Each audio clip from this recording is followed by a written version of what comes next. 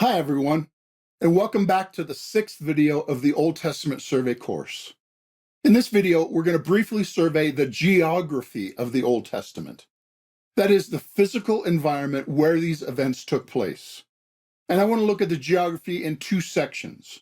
First, we'll learn the geography of the larger part of the Near East where this happened, and then we'll learn about the specific place where most of the events took place, called the Promised Land.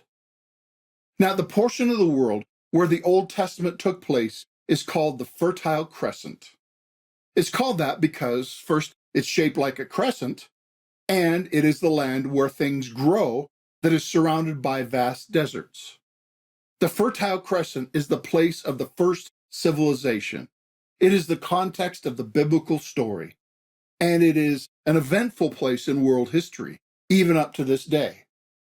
The Fertile Crescent is made up of three distinct areas. The first area is called Mesopotamia. Mesopotamia literally means between two rivers, and it's called this because it's mostly between two major rivers, the Tigris and the Euphrates.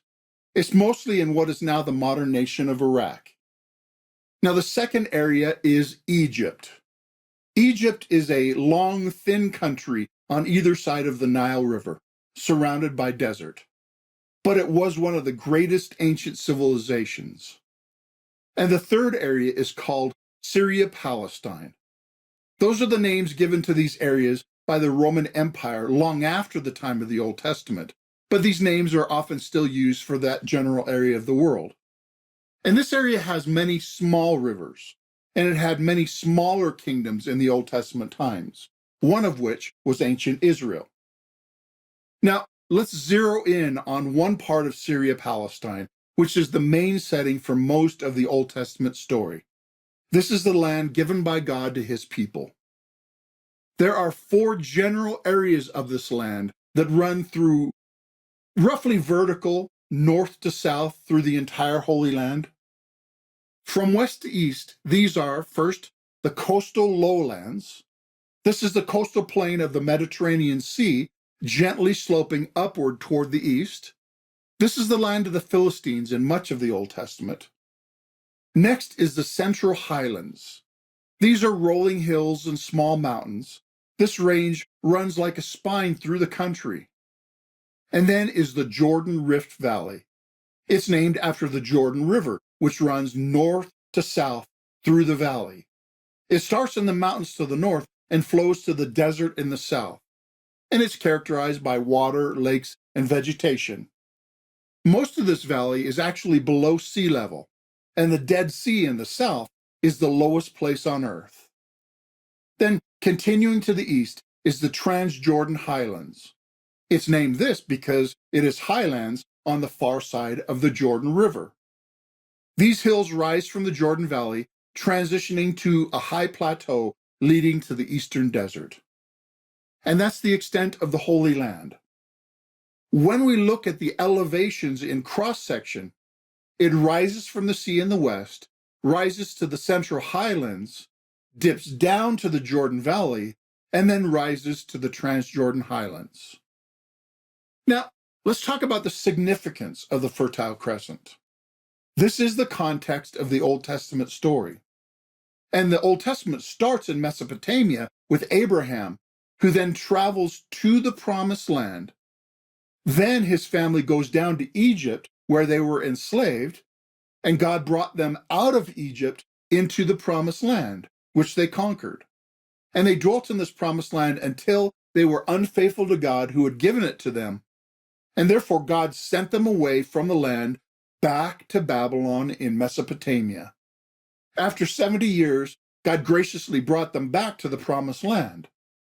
So the Old Testament is a continuing moving away from the corruption of Babylon and Egypt toward the Promised Land. And we see that the Promised Land is the crossroads between three continents. Therefore, it is the center and battleground between the ancient empires of Egypt, Babylon, and Greece. And it's at the center of the world in terms of being a starting place for God to reach the whole world.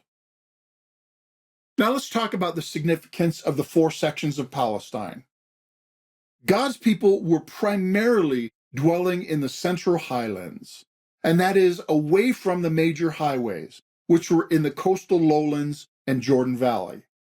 Therefore, God's people could be insulated from the surrounding nations when necessary, but they were close enough to interact.